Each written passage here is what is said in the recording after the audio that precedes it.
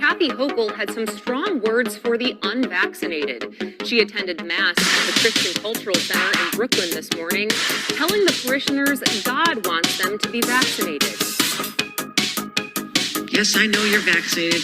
You're the smart ones, but you know there's people out there who aren't listening to God and what God wants. You know this. You know who they are. I need you to be my apostles. I need you to go out and talk about it and say, we owe this to each other. We love each other. Jesus taught us to love one another. And how do you show that love? But to care about each other enough to say, please get vaccinated because I love you. I want you to live. Two of you to step up for a second. Okay. And we're going to bring you back later. Okay. Yeah. And we'll tell you why. More information later. It's a tease. We'll tell you why in a couple of minutes. So shall I introduce the Vice President? Yes. Okay. So, Vice President. No. Okay. Shall we dance? Let's do a tap dance. Since this is going to be a major news story any minute now. Yeah. What happened is that Sonny and Anna both apparently tested positive for COVID. No matter how hard we try, these things happen. They probably have a breakthrough case, and they'll be okay, I'm sure, because they're both vaccinated up the wazoo. You know, a lot of vaccines. Intermingled with great pain, we've lost so much in this devastating pandemic. The emergence of new technologies and global health threat and a global health threat council toward global COVID response. Vaccinating the world and building back better from the borderless climate crisis, from the United States and from other donors. Working with countries, technology to reduce the risk. Similarly, we know the bitter sting of terrorism is real. The United States is committed to using our resources. When the earthquake strikes, we're fighting between warring parties, horrific violence, and the belief in you and I. God bless you all. Morons. It seems like they're everywhere you turn. Every single day they invade the headlines. Another half-wit criminal with a half-baked scheme. Another social media simpleton going viral. Another Florida man stretching the bounds of stupidity. Or another pack of SJWs throwing a temper tantrum. And that's not even the worst of it. From the empty talking heads on the cable news channels, to the humorless hacks in Hollywood, to the pea-brain politicians pulling the puppet strings, everywhere you look, there's another idiot telling you how to live your life. Moron Joe, the man without a brain. I'll have to just circle back. At this point, we don't need to watch anything that Biden does to make fun of him. Yeah, that's true. I mean, the dude, basically, he doesn't even speak. He just talks Simlish. Simlish? Yeah, like... Will you shut up, man? I took a trip up there to the North Pole. I went there, and I vaccinated Santa Claus myself. Yeah, I was trying to figure out why all the trannies kept getting HIV, so I had to put a dress and a wig on and go back to my favorite gay bars and bathhouses. But this time I wore my triple mask on account of the COVID. I'll slap you in the face and I'll say, I demand satisfaction, you son of a bitch. Did you know that an average adult man has 144 pounds of edible meat on his body? What the shit? Oh, it is just groovy, man. I'm telling you, the vibes are immaculate. Well, Jay and Anissa have had enough. Armed with clever satire, madcap humor, and the craziest cast of characters in podcasting, they're lining up and taking aim at the world of stupidity every single week. Because it is time to go to war. The War on Morons.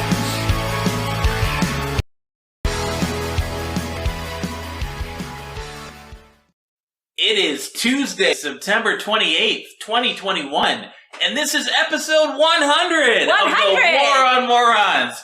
I'm Jay. And I'm Anissa, and welcome to the 100th episode of the show where we act like smartasses and laugh at dumbasses. Yes, and we are really excited to have you with us. I mean, it's kind of a monumental episode.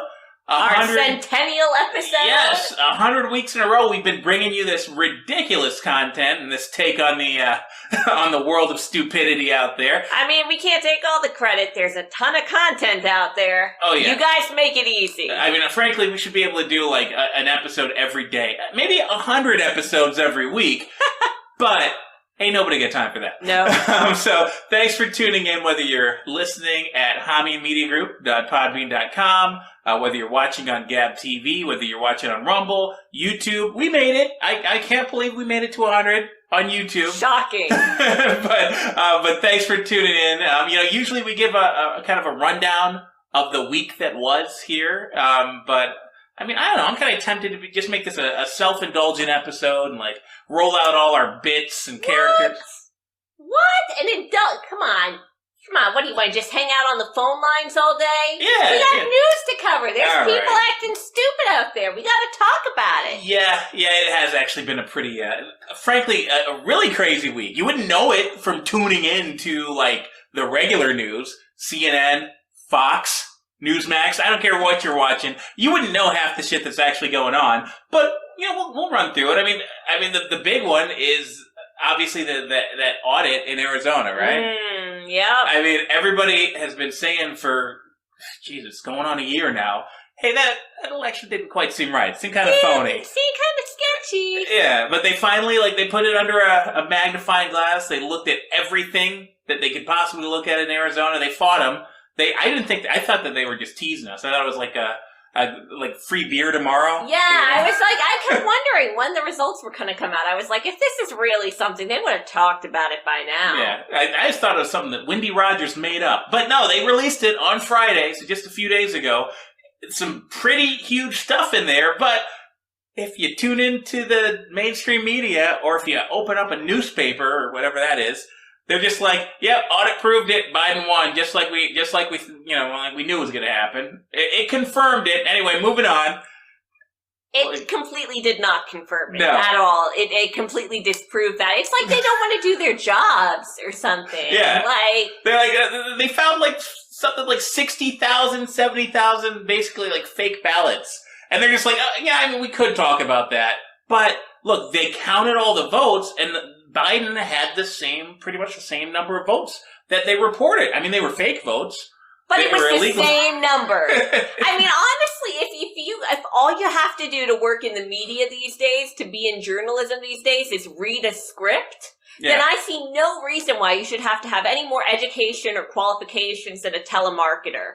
Jeez, a telemarketer would actually make a better journalist. They would. If something's completely not true, some of them are like, yeah, I can't sell this. I can't tell people that they gotta buy this product. It's Some complete of them bullshit. still have morals. Yeah, they got more morals than anybody working at CNN. Let me put it this way: the people at CNN have less morals than your average telemarketer. They should be paid the same. It's literally like they actively deny reality. Obviously the whole audit thing. Everything That's going just on the with latest COVID. example. Yeah, I mean, there's so many things that they deny reality. Last year, all the BLM stuff, the riots are happening, they're burning down a neighborhood, and the guy's like, yeah, this is a really peaceful protest today. They're parading around with some guy's head on a stick. That's a very peaceful beheading today.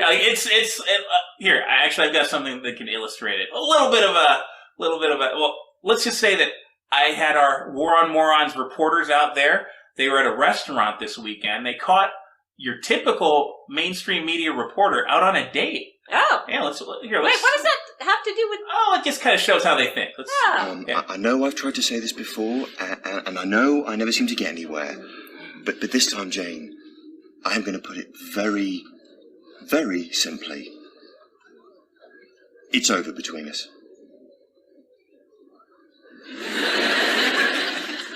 You want us to split up? Yes. Oh, yes, I do. I don't accept. What? I don't accept it. No, you can't not accept it. I'm breaking up with you. Well, don't I get a say in it? Of course you don't. If I don't get a say in it, then I don't accept it. Anyway, then my sister just looked at me and she said, no, no, no. I mean, isn't that a good illustration? You gotta admit, it's pretty creepy when you think about it. They're like, hey, we've got all of Fauci's emails. He funded the Wuhan. No. I don't accept it. Oh no, we've got proof that the cops don't actually murder, black people because of racism. What about my say in it?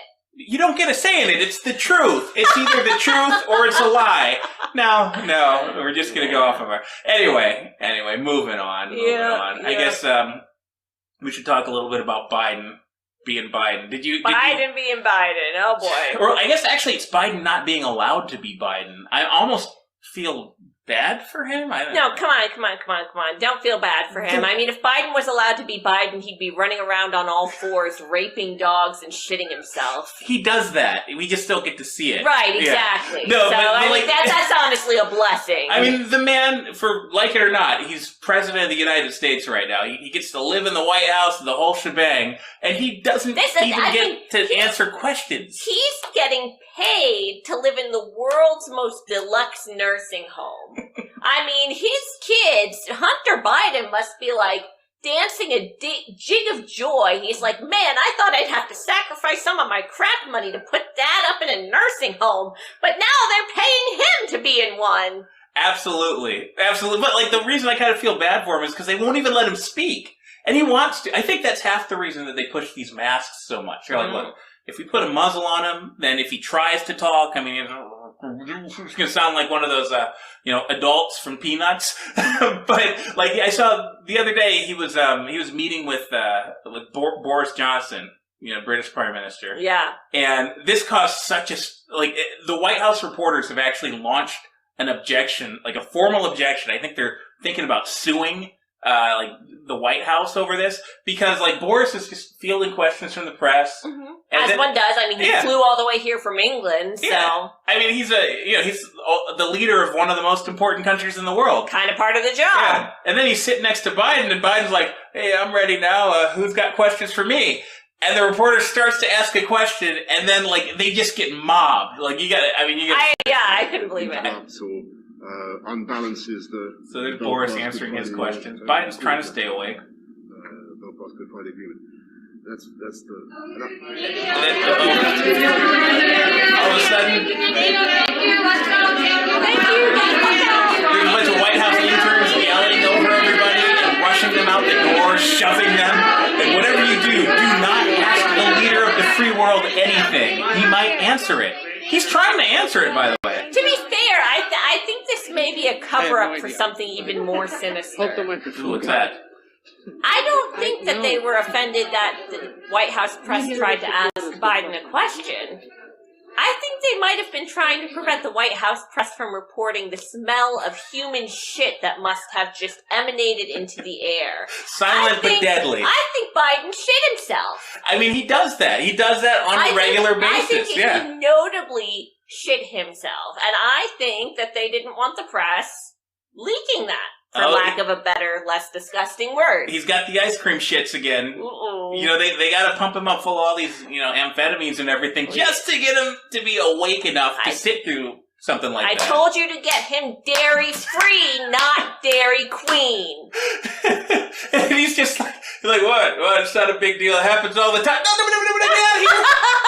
The door is that way. You are not to cover the President of the United States. For real. And then a couple days later, the same thing happened. Now they're cutting. I mean, this has been happening for his entire presidency, but they're cutting the feed on him. Mm-hmm. He'll start talking and rambling, and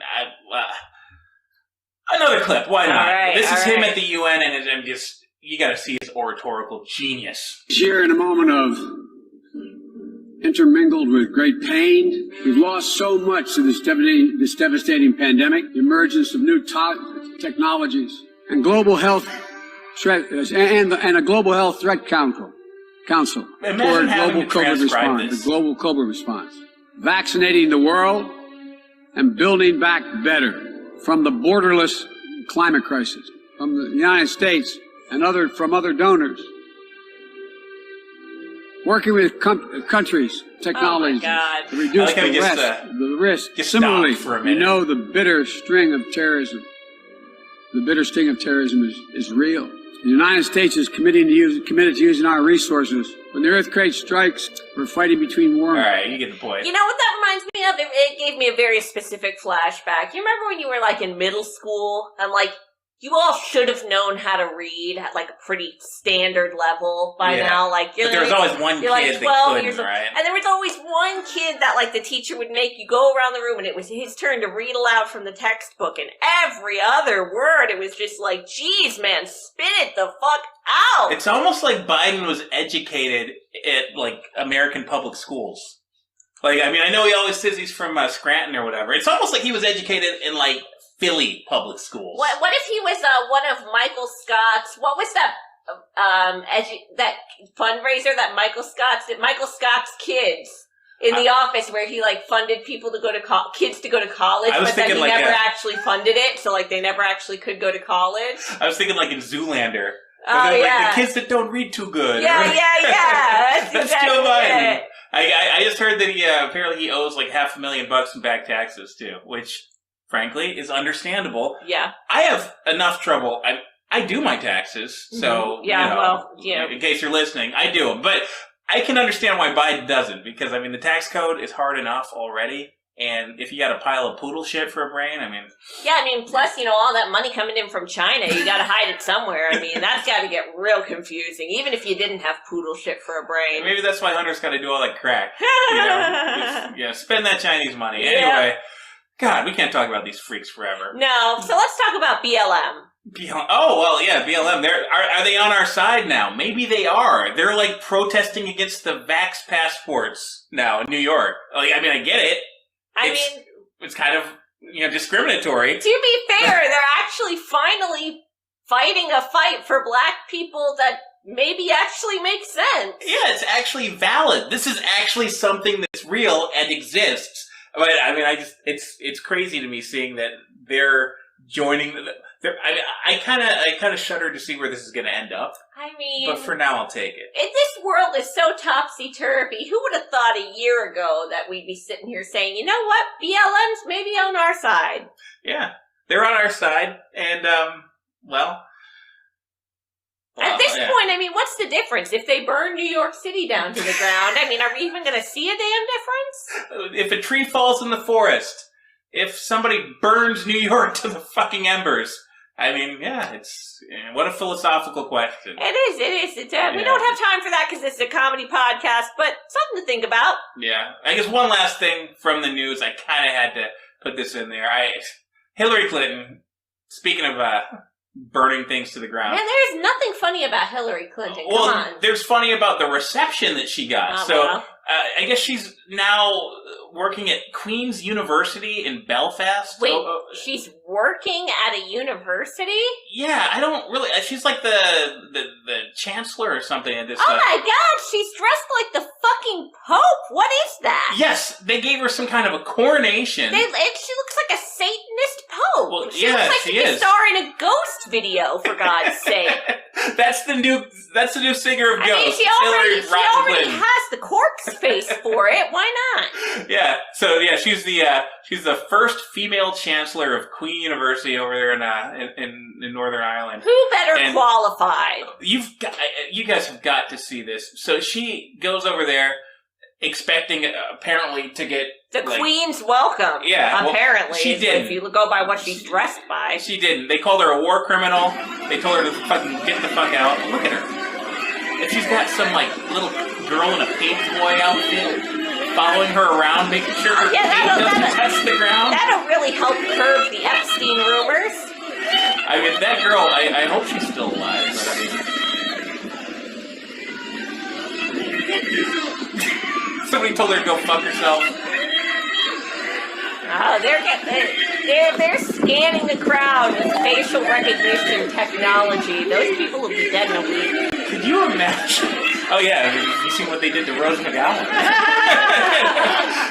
Somebody's gonna have a little accident accident on the way home from the protest. Can you imagine if you're that little girl, that little like 5-year-old or whatever that's following her around?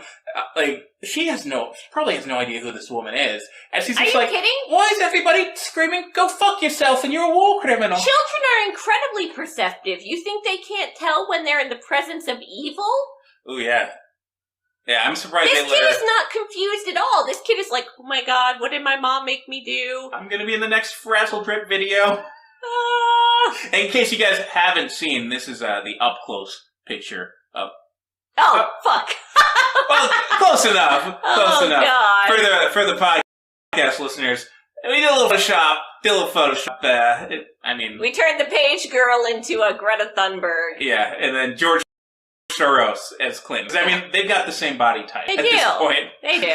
Anyway, craziest headline of the week that we couldn't find room in the stack for. I'd like to go over this one if I can. Yes, please Just do. love it. 4 words for y'all. Pizza roll pooper caught. So we can all rest easy tonight. They have caught the alleged pizza roll pooper. A man in Oklahoma last week, he pooped in a grocery store freezer by the pizza rolls.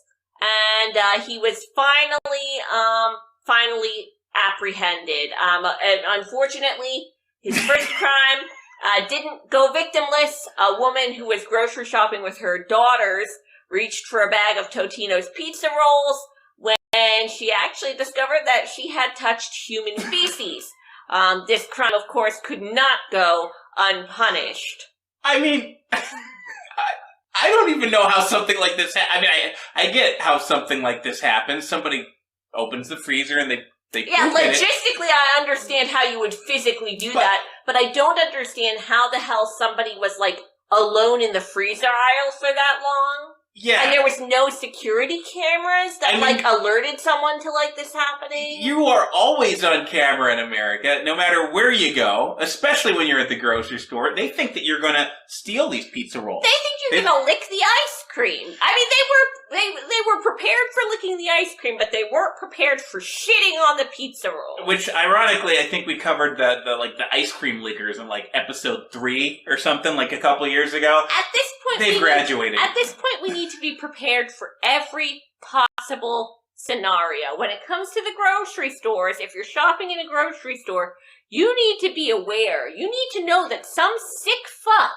could have gone down any aisle and any number of bodily substances could have ejected from any one of their orifices. You just over there, shopping for some meat, you see some guy fucking a fucking Thanksgiving turkey, Right. Piss on the animal crackers. Puke on the zucchinis. Why not? Why not? In fact, why? Why? What is wrong?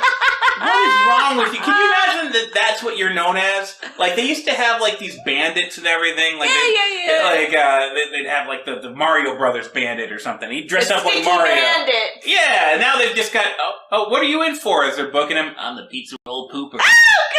That sounds like something Marv would do from Home Alone. If he didn't have hair here, I get them mixed up, but you know what I mean. If he didn't have Joe Pesci setting him straight, he'd become the pizza roll pooper. Hey, he's got to make a name somehow. Anyway, speaking of people that made their name, let's check out the video of the week. It's a quick one. It's Conor McGregor, the world-famous MMA fighter, and everybody knows who the hell this guy is. Yeah. So he went to go throw out the first pitch at the Chicago Cubs game, and let's see how it goes. Okay? Oh, wow, well. Where the hell did he throw it? I've seen bad first pitches. I gotta admit, I couldn't do any better, but I know that was bad. That's actually the indicator by which I know that was bad. I think I would throw about the same. I think he hit somebody in the face that was sitting 30 rows up in another section. Why did they commemorate this?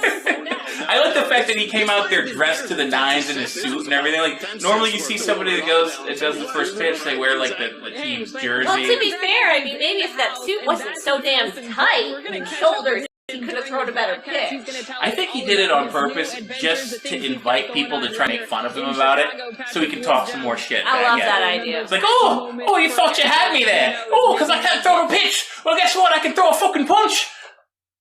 Conor McGregor, everybody. Not a good baseball Fight player. around the world. Fight around the world. They should remake that episode with Conor McGregor. Oh, I would. I mean, he basically has done it. He's basically done it. Yeah, Yep. I'm not talking about in the octagon. He's a lunatic. I hope they didn't have him sing the 7th inning stretch God, too. Can you imagine that? Take me out to the bowl. I can't do it. They'd have to turn it into a jam. Anyway, this is where we normally tell you to give us a call to our hotline. Of course, it's 813-906-9099. Or you can hit us up at the email, thewaronmorons@gmail.com, or find us on social media in the chat. Any of that. But I got to get to our sponsor this week. Oh, yeah. Okay. Yeah. They paid us triple the normal rate. Wow. And this is one of our oldest sponsors, so I guess I can say this. He's probably not listening. We already charge him a higher fee. Yeah. So, we screwed this guy pretty good. Wait. What? You shouldn't say that. Well, look, it's He's fair getting market. honest advertising. Yeah, if he thinks that an ad on our show is worth $150, then, we'll take it. If he thinks it's worth $450 Stop it. That's enough talking. Well, Just play the damn commercial. All right, we'll play the commercial. I'm sure it's going to be worth every penny. And then we'll get to the stack of stupidity. Here we go. Did you call into a podcast that called you a dumbass? That may be actionable. Jimmy James here with James, Jameson, and Johnson, and I'm here to help you get that moron money, honey. That's right, if you've been slandered, smeared, savaged, or had your good name shat upon by the War on Morons podcast, you may be entitled to compensation. You heard that right, folks. We're going to war against WOM. Just because you ended up in the news for acting a fool, that don't mean you deserve to be lampooned. No two-bit comedy has the right to impugn your reputation. So if Jay and Anita have called you a lunkhead, knucklehead, chucklehead, a dumb fuck, a dimwit, a dillweed, a dildo, a dipshit, or a shit for brains, call 1-800-JUST-JIM and join a class action lawsuit. Remember, your stupidity is not your fault. So call today and let's sue that show stupid. That's 1-800-JUST-JIM.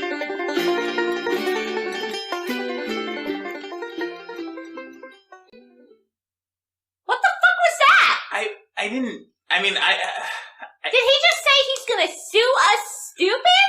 Why would he sue us? He's one of our longest advertisers. I told you to start screening these damn commercials. Why would I screen it? It's the Jimmy commercial. It's gonna say, hey, we're gonna sue somebody. It's gonna be great. We're gonna get their money, honey. Wasn't it a red flag that he was willing to pay 3 times the amount? I just thought that he was, because, 100 episode, we're in the triple digits. Oh my God! Look, why would anybody sue us? We're just, all we do is we make fun of the headlines and we make fun of the politics and if you've called in and we called you stupid or whatever, then you probably were stupid. Okay, you know what? We're gonna have to find representation now. Well, I don't know. Our lawyer apparently has turned on us. Seems like a conflict of interest. Shakespeare was right about lawyers. I don't even know who the hell would take him up on that offer. It's not like we have any enemies. Exactly. Oh, well. You don't read the emails, do you? No, not really. Do we have enemies? Well, let's just go, moving on. So let's go to the stack of stupidity. Boy. All right, well, here. Let's forget about all that and start things off with an easy target. So our first story is from the state of Oregon. Oh, that is an easy target. Yeah, where health officials have now announced that you are permitted by the government to kiss on dates. Wow!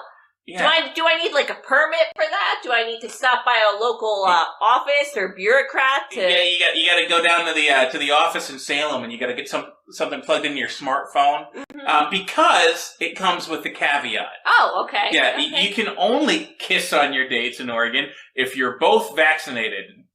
Really? Oh, okay. Yeah. So if I'm not vaccinated, then I can't kiss people. Frankly, you probably shouldn't live. I'm just reading between the lines, but I think that they think you should be locked up in a room, maybe with a feeding slot and a couple times a feeding slot. Yeah, that's when they just slide a tray through a mail slot. What the hell? They're not gonna feed you. Yeah, I guess they could just let you die off, huh? Yeah, or maybe give you some Soylent Green. Nothing you need to chew. No. Because, of course, the state of Oregon thinks that you're less than... Oh, I love this, though. State health officials have declared since the beginning of the pandemic, apparently, in the state of Oregon, that you are your safest sex partner. So that's a lovely thing to think about and have your government saying. Yeah, they want everybody jerking it. You and your right hand, buddy. That's it. But now they want you to be able to share your spike protein. So, it's great. I just hope that, that doesn't lead to the freaks of Antifa reproducing, to be honest. Yeah, we know where kissing can lead. No, boy. Well, they're vaccinated, though. They're not going to reproduce. Well, good point. Yeah. Good point. And thank God. All right, well, speaking of vaccines, did you see what happened to The View on Friday? Did I see what happened on The View? Of course you didn't. Nobody watches the damn View. Why is it still on the air? I have no idea. I'm kind of horrified that it existed in the first place. Well, that's fair. But, I guess it's something for... What do you think that? Yeah. I think it's maybe just still on the air because it's being played by default in places where, nobody's paying attention to the TV, like train stations and nursing homes. Yeah, maybe the dentist's office. Yeah, some shit like that. You can't tell me people are actually sitting in their homes choosing to watch The View when DVRs and Netflix exist. You can't. You don't want to watch Joy Behar and fucking Whoopi Goldberg give their my God, their political opinions. If anybody is watching The View, I hope that they're strapped into a Ludovico device. if only I could have said it, would be, from Clockwork Orange, who was just terrified. He's like, I'm never gonna vote for a fucking Democrat again. Honestly, I hope that if anybody's actually watching The View, that they're getting a very heavy dose of antidepressants, because the toxic negative energy that the hosts of The View manage to exude through space and time and television is overwhelming, in my opinion. Nasty old women. It is just a disgusting vibe, to be honest. But anyways, they did manage to provide us with some entertainment, shockingly, last week when Vice President Kamala Harris was set to appear on their show because, the border czar doesn't have anything better to do. Nah, not these days.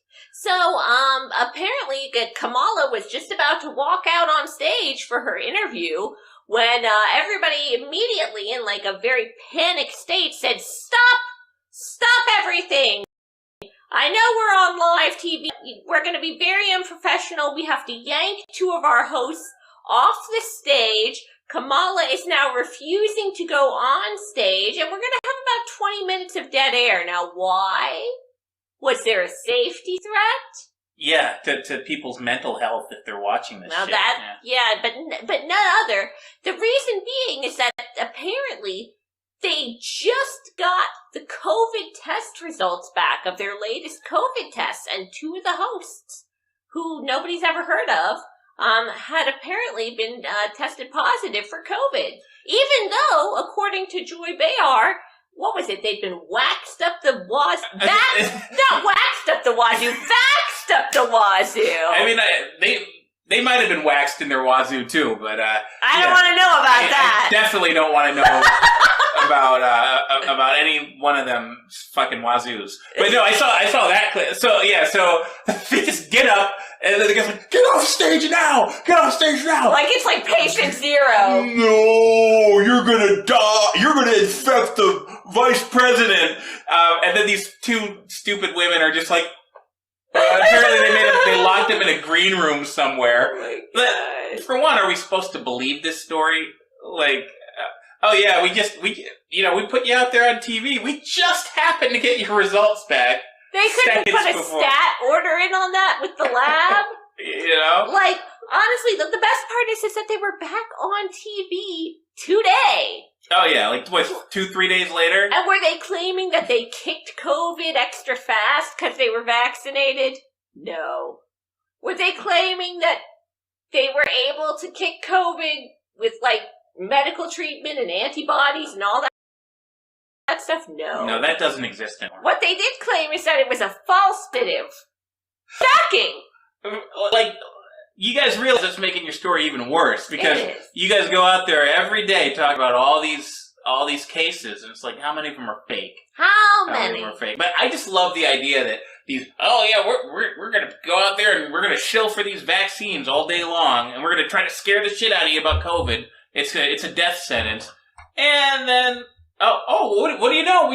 We're vaxxed, and we got COVID. We're gonna freak out and run away. Like, we're all gonna die. I wish they did get COVID, and I wish that they gave them plenty of remdesivir and just put them on a ventilator as quickly as possible. Because that's the best course of action if you do come down with this deadly, deadly disease. Yeah. I wish they put them in a nursing home under Cuomo. Yeah, because, this is definitely not a treatable illness. No. No. Anyway, speaking of the media, the also trustworthy media, let's check in with the most trusted name in news. Of course, that's... InfoWars? Well, no. According to them, it's CNN. Oh, brother. So this is unbelievable. So I can't remember this name. Brian Stetler, that weird fucking potato-looking guy. Who? He's the chief media correspondent. Oh. He's some creep on CNN. Who the hell can keep track of these? Nobody fucks. Well, he said something really, really great last week. He said that 4 little words are hurting America, they're hurting the pandemic response, and they're basically killing everyone in the world. And those 4 little words that we have to just strike out from the English language are, do your own research. Well, that just sounds not at all suspicious and totally sane. Doesn't it, folks? Oh, no, he said that we should no longer do our own research, and we should only trust, him. Oh. So we should trust everything that we see on CNN, and we should just blindly obey it. And apparently this is spreading across the media because the USA Today published something similar, the New York Times published something similar the other day, and they really hate the idea that, that there's human beings out there that, can go on the internet and look up studies and look at statistics. No, don't do that. Only obey the TV personality. I have to say, if they feel this comfortable saying this, and I don't say this lightly, folks, I know we're a comedy show and I try to keep things light, but if they feel this comfortable saying that on TV as like a mass message from the news media, it's time to stop drinking the public drinking water. They're about to put some real scary shit in it. Even scarier than what's already there? Yeah, I think it's time. And if you can get a pair of glasses from like a bunch of crates in like an old abandoned church down the street that you see people go in and out of, but you don't really know what kind of group they're a part of, even better. Yeah, you gotta put those glasses on or eat the trash can. It's one of the two. But I think a lot of people are choosing the eating the trash. Like this, the ideal CNN customer. I've got a clip of them. Here we go.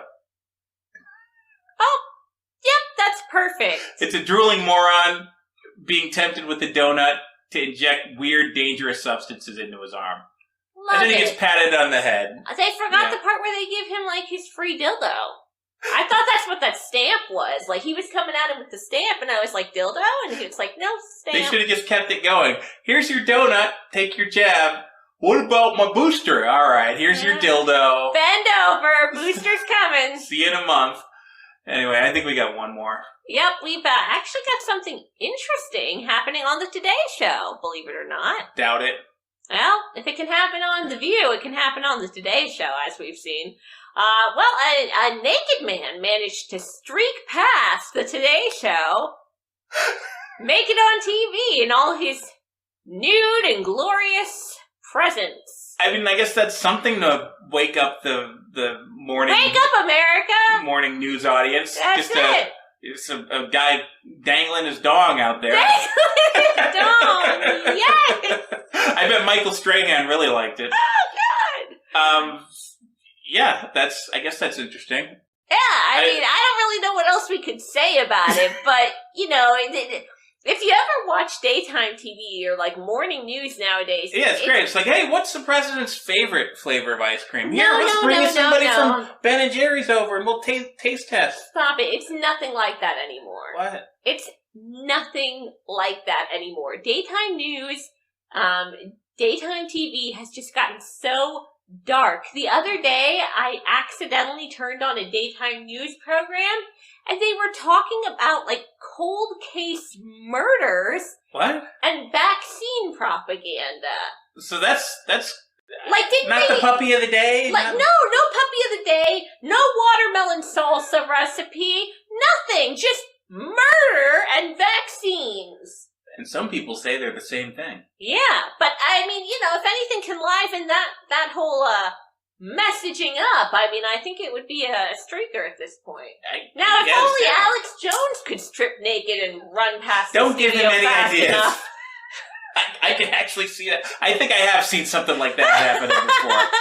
Anyway, speaking of Alex Jones, looks like we're getting a call from Texas. Oh, is all that right. 432? Hey, maybe it's the big man himself. Let's see what happens. Area code 432, you're on with the War on Morons. Tell us your name and where you're calling from.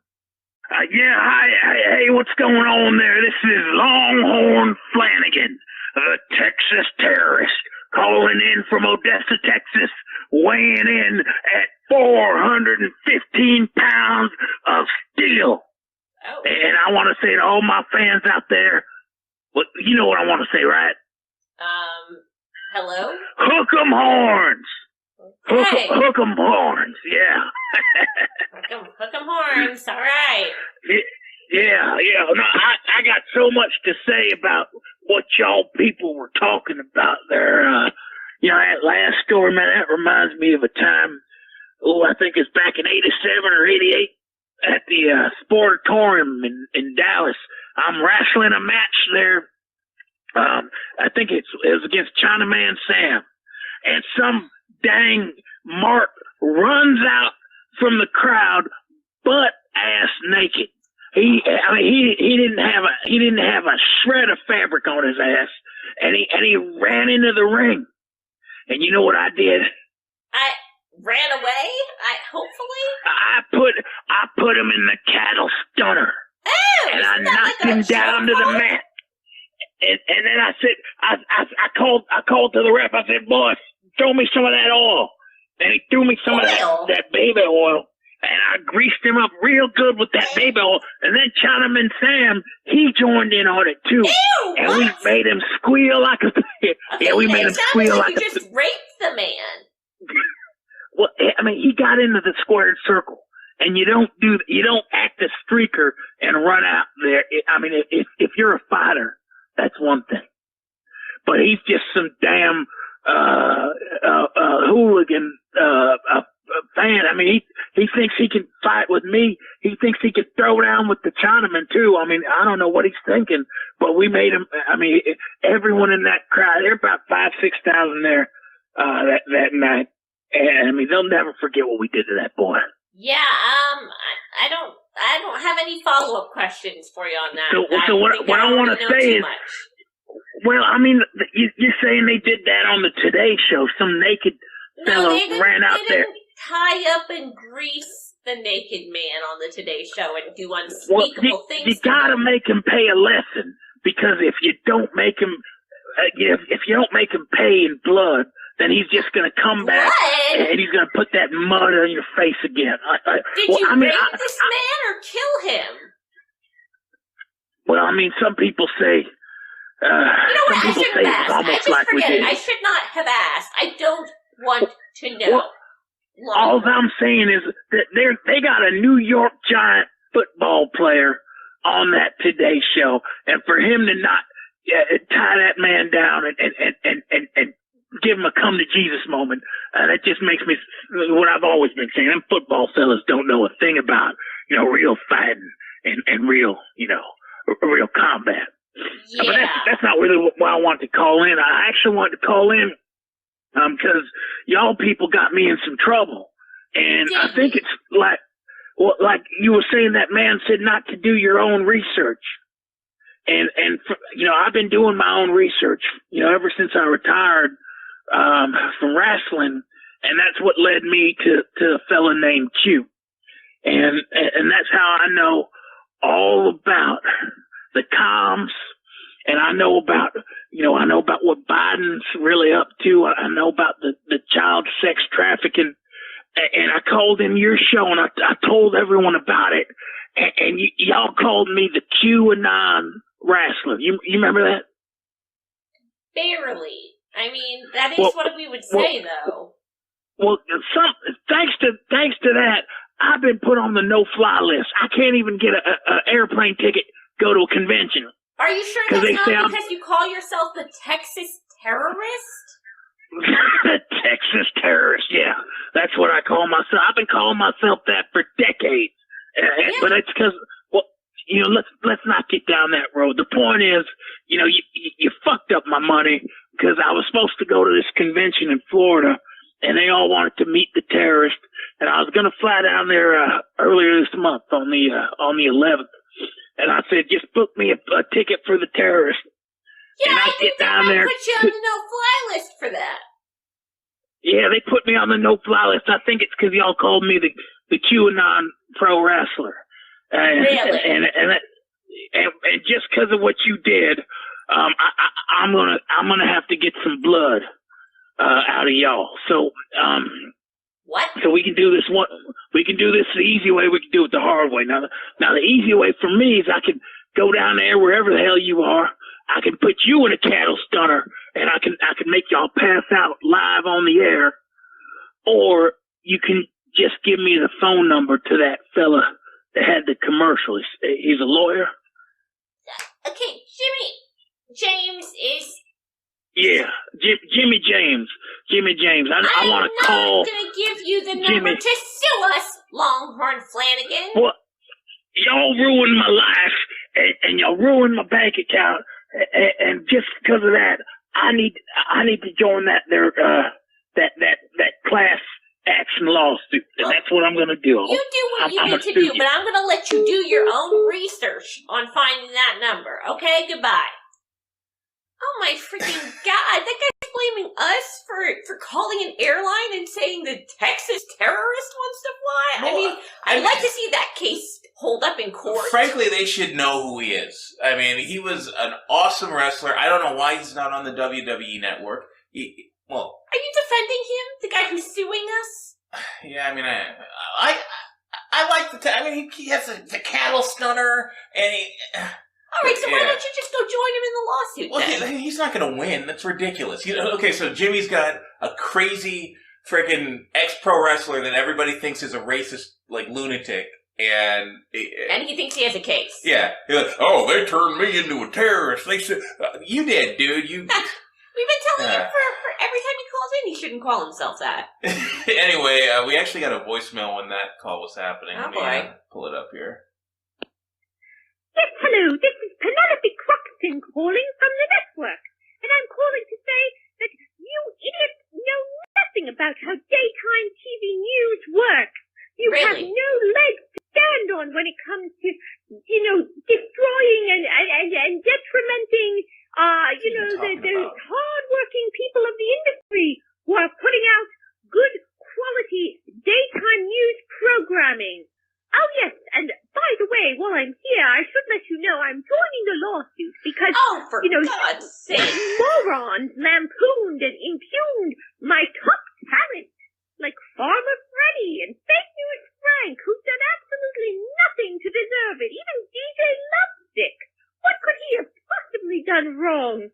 Worst of all, because of your slandering, Dr. Ding Dong is having to register as a sex offender over a meaningless, harmless joke. Right, because of us. I believe the terror you two have We made him a sex offender. us.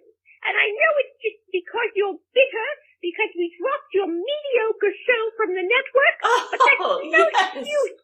I'll have you, one way or another, destroyed. That bitch is insane. I can't believe that she gets to run a whole TV network. And I mean, the fact that we used to be on that network, we don't have any jealousy or any resentment because it sucks. Everybody starts somewhere, okay? Yeah. Like, I'm much happier, putting content out on Hami Media Group and on Gab and everything. And by the way, the show that they replaced us with, so she's mad that supposedly we got all these people in trouble by, shining the light on their insanity? I mean, Dr. Ding Dong has called us up while he was actively kidnapping children. Well, yeah, no, she says that it's our fault that he's getting... he has to, register as a sex offender? He should register. He is a sex offender. Yeah, he is. Like, harmless and meaningless. Here, I'm just going to pull up a clip from the last time he called our show, and you in the audience, you can determine whether or not you think this man is a menace to society. Here we go. So I'll tell you all about Superman. Superman, that's when one daddy, he takes his wee-wee, it's dangling right between her legs. Oh, come on! Yeah, kiddos. Yeah, why don't you pull him out? Look Stop at it! Yeah, and he takes his ding-dong, and he puts it in his other daddy. Okay, all right. It's making me nauseous just hearing it again. It was bad enough that we had to experience that once. In fact, I wouldn't be surprised if that moment right there was when, he got charged. Honestly, they're lucky he's just having to register as a sex offender. That man should be in prison. Yeah, or the White House. Because these days. Yeah. Anyway, speaking of ding-dongs, let's get back to our stories. We got one here about AOC. So we talked about this a little bit. AOC's little deal that she did at the Met Gala where she wore that dress where it said "tax the rich" on her ass. Well, a lot has come out about this whole stunt that she pulled and how hypocritical and stupid it was. My favorite is this item. So the woman that designed this dress is not only rich, she doesn't pay her taxes. Interesting. Yeah, so apparently, let me see if I can find her name here. Doesn't matter. She claims to be some kind of socialist revolutionary, but she doesn't pay her workers. She's a bigot, and she owes taxes, over $100,000 in taxes. Excellent. So maybe she should follow her own advice. I don't know. And I love that AOC actually launched a clothing line. With this whole tax the rich thing, that really screams, what is it? It sort of smells of capitalism. Yeah. Dare I say? And it's not cheap either. AOC's clothes, she's one of these people that'll charge you $80 for a t-shirt. The only difference between AOC and the Bellas is I'd be more interested in hearing what the Bellas have to say about politics. Oh, that's saying a lot. Okay. Well, worry not, folks. If AOC has her way, soon we can all be quote-unquote rich. I can't wait. Because her and all the liberals are now saying that the minimum wage should not just be $15. No. Nay. It should be $26 an hour. That's a lot more than $15. That is a lot more than $15. Oh, man. So if we all got paid a minimum of $26, we'd all be, wealthy, right? No, we'd all be making about $70,000 a year. So basically the dollar would be worthless. Yes. But we'd feel good. No, we wouldn't feel good. We'd feel malnourished. Potatoes would go up to $15 a bag. And we wouldn't have a job because they'd replace you with a robot. Correct. But, yeah. I love this concept. I mean, while we're at it, why stop at 26? I mean, that seems like a very arbitrary number. It does. $100 an hour? That's more. That is 200, more. 300, 400. Yay!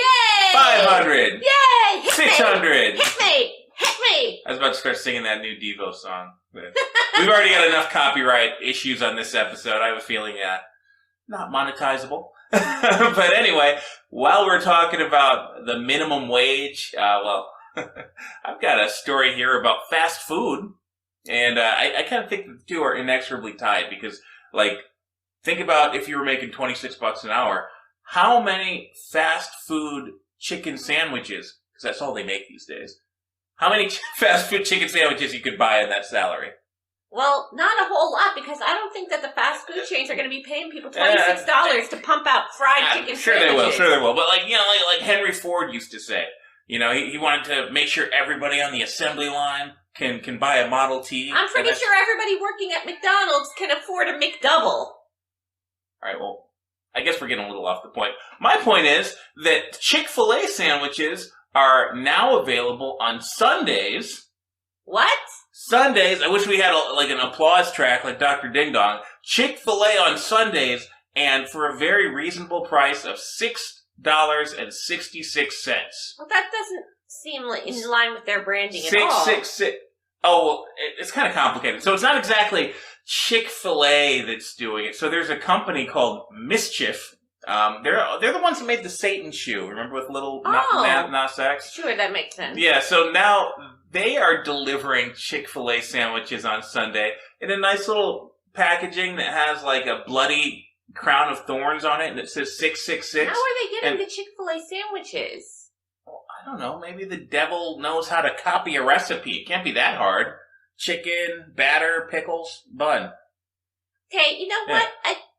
What is the point of this? They want Chick-fil-A to be open on Sundays? They think that this is trolling Jesus Christ somehow. I don't think Jesus really gives a damn. You don't think that Jesus cares deeply about fried chicken sandwiches? No. Well, I don't. Apparently this art collective in Brooklyn does. So they're rolling out the devil's chicken sandwiches. I guess they're buying the sandwiches beforehand, and then they're reselling them on Sunday. Ew! They've hired a professional chef to keep them warm and give them finishing touches. Honestly, this sounds like they should cost a lot more than $666, but I guess they really had to make a point. Don't you think it would be a little suspicious when Lucifer from the TV show Lucifer shows up in your drive-thru lane and orders 800 chicken sandwiches? And can you imagine? And laughs ominously, like, I've got you now. This is more like you ever read I think it was Dilbert. They had like a oh yeah. He was like the HR cat, and he had a friend the that HR was dog that was the devil. Yeah, I mean he wasn't like a really sinister devil. Like he's like, yeah, I'm gonna darn you to heck. And he'd carry around like a spoon instead of a pitchfork. Like this seems like some kind of shit he would do. Like, hoo, I sold I bought a whole bunch of your chicken sandwich, you Jesus lovers. And then I sold them the next day. They're just like the kid that works at Chick-fil-A is just like, all right, thank you, we appreciate your business. Have a good day. Oh my God. Yes, I'll see you in hell. and then of course the next day you order it off DoorDash or whatever, and then Little Nas X shows up with the fucking fake pregnancy belly. With an old chicken sandwich. Preserved, if you will. Snickering satanically. And they think they're sticking it to Chick-fil-A somehow. Chick-fil-A is getting paid the money that they need to meet their profit margins. I think their thing is they just don't want their workers to have to work on a Sunday, right? Yeah. Like they don't care if you eat. It's because you always get the day off on Sunday. Oh no, it's in the Bible. It's in the Bible. I think it's in Thessalonians. Is that a book? I guess. It says, "Thou shalt not eat the Lord's chicken on the day of rest." Stop it! Come on. It's got to be right. You know what? I haven't read that part of the Bible, or really many others, but I know for a fact that's made up. Anyways, I've got a kind of unrelated story, but it's somewhat related. I mean, speaking of Satan and all that jazz. All right. A new homeowner found a creepy doll behind a boarded-up wall, holding up a note saying that she killed the original owners. Yeah, that is kind of creepy. Yeah, it's like a creepy old rag doll. They really had to break down this wall. I don't know why. Maybe they were doing some remodeling or something. Maybe they heard the doll, snickering. Yeah. in the dead of night. I'm gonna deliver chicken on Sundays. I mean, what would be the point of? I guess maybe it's real. I don't know. Maybe there really is a Chucky doll somewhere that murders homeowners, and then boards itself up for some reason. I feel like we should call the folks who have, like, Annabelle. Who are those people? The husband and wife? Oh, yeah. Was it the Warrens? Yeah, call them up. Have them do some investigating on it. Or you see that Zach Bagans, he can show up. And she wasn't just thrown in the wall either. She had, like, been placed on a chair. Like, she had been, like, set up in there. Look, she's got to get comfortable. She murdered the homeowners. Here's the actual note. Okay. Dear reader / new house owner, thank you for freeing me. My name is Emily. My original owners lived in this house in 1961. I didn't like them, so they had to go. All they did was sing and be merry. It was sickening. Stabbing was my choice of death for them, so I hope you have knives. Hope you sleep well. Well, that's nice. I mean, clearly this is just some weird thing somebody did when they were remodeling this house, and they thought it'd be funny if somebody found it. Or it was a really funny prank, you know? Like, can you imagine you're about to sell your house? You're like, oh, wait, one last thing. We gotta put something really scary. Yeah, that's what I'm saying. Yeah. Behind a false wall. I mean, it's one way to make sure that the people that buy your house, like...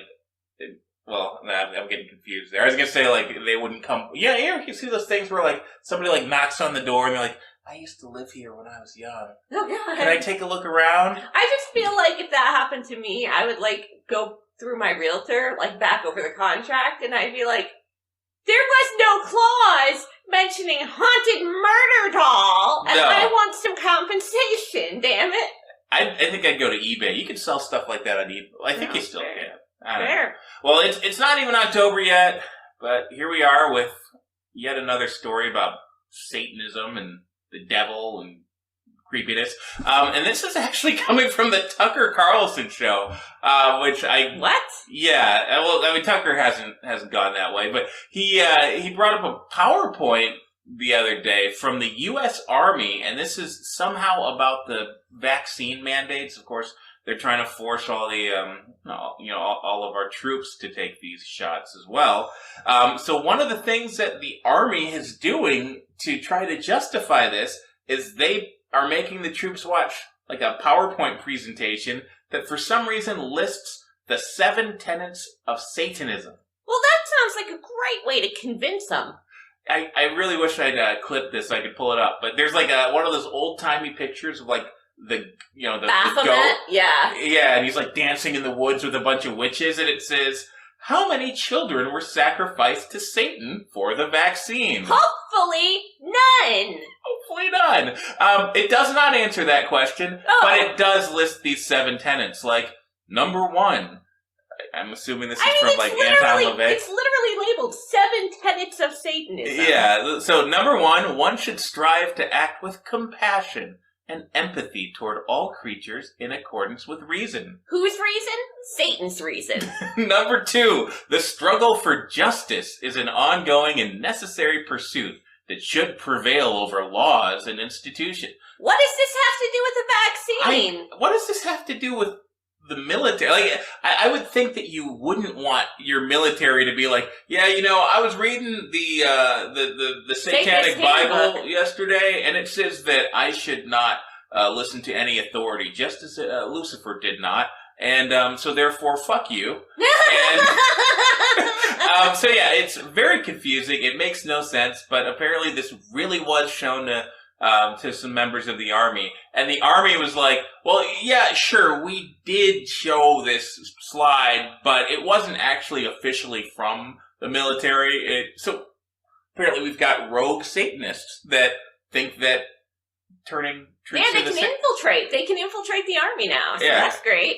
And I have no idea what this has to do with the vaccines. Tucker seemed to think that this was proof that the vaccines are satanic, and I mean, at this point, I'm not really going to argue with him about it. I mean, yeah, this is creepy as hell. I mean, honestly, who the hell wants a satanic army? Like, just imagine that. Just imagine our army, instead of wearing, the camouflage on their cheeks, they've got black eyeliner on, like My Chemical Romance. Yeah, see, you think about, like, the Book of Revelations and everything, and, like, the apocalypse. I wouldn't think that it would be like an emo satanic They're wearing army. like skulls over top their faces. One thing's for sure, there is one benefit to it. You'd scare the shit out of the Taliban. They'd feel very justified at that point. They'd be like, look, Abdul, I told you, only time America, the freedom does make them satanic. Look at them. They look like a girl. I don't even know where we're going with this. Oh man, luckily, let's just take a call then. We've got plenty coming in. I wonder why. The phones are ringing off the hook today. Yep. All right. Let's see. What do you want to take? The Texas or Connecticut or Oklahoma? Jeez. Let's just go with Connecticut. All right. Hello, area code 203. You're on with the War on Morons. Tell us your name and where you're calling from. This is Professor Archibald Canterbury, of course, from Wadsworth University, Professor of Psychological and Paraphysiological Research. Yes. Hi, Professor. Yes, you're welcome. First off, you're welcome because I am about to impart some knowledge upon you about subjects that you do not understand. And that subject is Satan. Oh, okay. Yes, the Dark Lord shall not be taken lightly, and he shall not be trifled with. And on your program, you trifling with him. I don't know what you're saying, but I don't. Well, no, I've been listening to your program, and I've been hearing things that are very disrespectful to our to the devil. For chicken sandwich, Satan does not make chicken sandwiches, and Satan does not inhabit a creepy doll. And Satan does not give one whit about your vaccination status. So the fact that you rattle these stories off as if you're some kind of theological expert, it curdles my milk.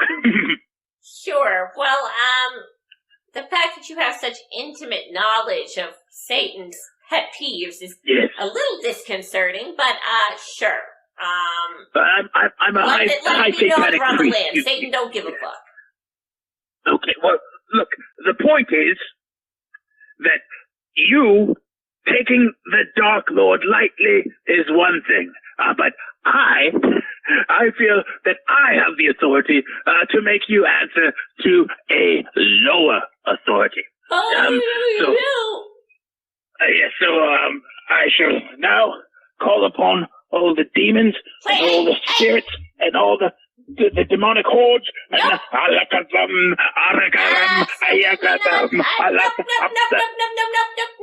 Nope. We are not doing this. Well, I was just trying to conjure up a devil. Okay, well, you know what? Just go fuck yourself. How about that? I mean, really, who the fuck does that? All right. Well, then if that didn't work, guess what? I shall join the lawsuit against you as well. Because you smeared my name by saying that I can't actually summon Beelzebub to attack you in your. You tried to sick a demonic horde on us. Correct. Yes, that's true. And yet we can't say shit about you. Because the demonic horde did not appear, then that gives me the right to sue you because it could be very terrible for my reputation for this to be seen, as you say, on YouTube. Great. All right. Well, you know what, Professor Canterbury, do what you got to do. This is ridiculous. I mean, we didn't do anything. I'm going to call Jimmy James. Do or say yourself, but if it makes you feel better. Yeah, go to heaven. Yeah, you too. I mean, well, it's great to see that Satanism is really taking off. Yeah, and apparently this lawsuit, we've got a satanic priest, a idiot that runs a TV station, and a washed-up pro wrestler. I'm scared. I'm terrified. I guess I should be, shouldn't I? It's not looking good. Not looking good. We had a few more calls come in while you were talking to that guy. I didn't screen them, but I sent them straight to voicemail. What could possibly go wrong? I mean, I guess we'll find out. So here's the first one. Hi, y'all. This is LueEllen. I'm calling out in Plano, Texas. Thank God, I at just least wanted she's to usually on our call side. and tell y'all that I've been thinking about it real long and real hard ever since I started listening to y'all's episode today. And I heard that commercial play in the beginning, and I thought, you know what? He's right. What? Y'all have He's not ruined my reputation in the community.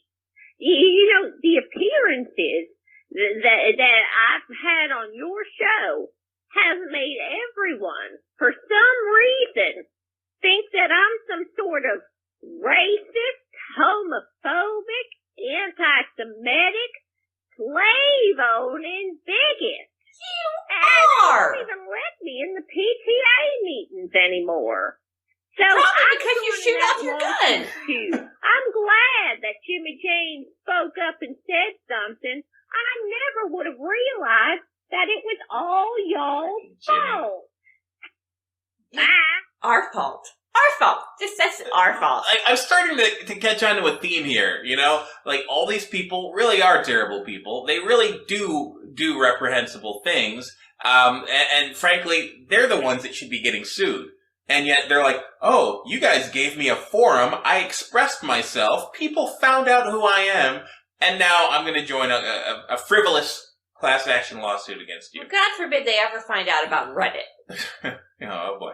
All right, well, I guess, I mean, we don't have to play these, but, I mean, it's content, so. Yeah, all right, go for it. Here's another one. Hi, this is Dr. Larry. Nice to meet you. Actually, let me take that back, because I already met you two hacks over there at the Morons show, and I gotta say that it was not nice to meet either one of you. Same. It wasn't nice at all. You know, before I got involved with your program, I have the #1 rated self-help show in the whole state of Oklahoma. Really hard to believe. And you know, I might not be a board-certified psychologist, and I can admit that. But you people didn't have to shout it to the hilltops. I mean, have a heart, you know, because of the dadgum Moron show, I had a 25-year radio career get flushed down the toilet like day-old Mongolian beef. What? I mean, do you know how emotionally damaging that is? So you better believe I'm gonna join that dang lawsuit.